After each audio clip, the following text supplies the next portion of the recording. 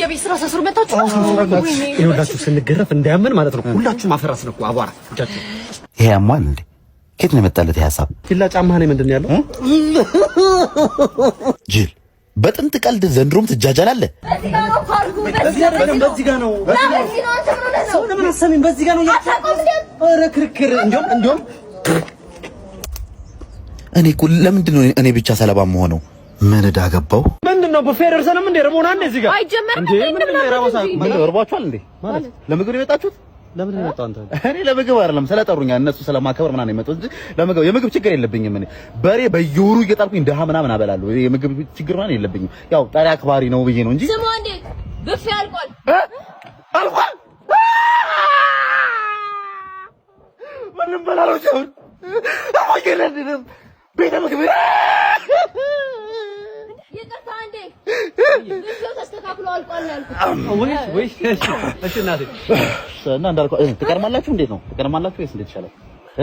እኔ ብዙ አራበኝም አይመስልም እንደዛ ቀደማ ሂድ አንተ ሂድ የኛንም ያዝን ስጦታ ነው ማኖ አንድ 5 ብር ጋብሽ እስቲ 5 ብር መመልሰው ማለት ነው። መመልሰው አሁን መልስላሉ የሚመልሰው ከሆነማ አሁን አመጣልሻለሁ። ለሆነ ጉዳይ ካስፈልገን አያባቲ እሺ አሁን ይመልሳል። በነገራችን መሸኳ እንሂድም እንዴ? እንሂዳለን። ቆይ ልጁ መጥቶ ብሎ የለ እንዴ? በቃ እሺ ነው መስሎብኛል። በቃ አሁን እኮ ይመጣል እኮ። አይ አንተ ጠብቀው ነው ልሂድ። ኧረ በቃ እዛው ጠብቂኝ። ፊላ ምን ነው ብቻህን እዚህ ቁጭ ብለህ? ምን እባክሽ የሆነ ልጅ እኮ ብር ወስዶ ከኔ አሁን እመልሳለሁ ብሎ እየጠበቅኩት ነው። እስቲ ምንድነው ይሄ ልጅ ሳምንት አለፈው እኮ እዚህ ተገትሮ። ገንዘብ ያለው ያውጣ። ኧረ 5 ብሬ ይሄ ገትሮኝ ጠፋ። የሚገትረው የቷሉ ጎረምሳው መጣ። መጣው እንግዲህ ትንሽ አስቆምኩት መሰለኝ። አስቆምከኝ ብቻ። እንግዲህ የዛኛው 5 ብር በአሁኑ ዋጋ ግሽበት ምክንያት 5000 ብር ሆኗል። ይዤለት እወጣለሁ 5000 ብር ከባንክ 5000 አሁን ላውጣው። ምን ነው እርሷ ጮርባሪ ነው እንዴ? እንደዚህ ምንድን ነው መሰለኝ አጮርባሪ 5 ብር ነው የምፈልገው እኔ እንዴ 5000 ነው አጥቼ ለምጣ ደርሶ ብያለሁ። አልፈልግም። የሰጠሁት 5 ብር ነው። የጠበቅኩት ለ5 ብር ነው።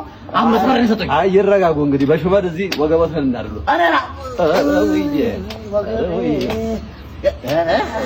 የሚያመልጡ መስሎ የትም ሮጥ አመልጡ። የማይገርም ሞተ እኔ ሮጠው ሊደርሱ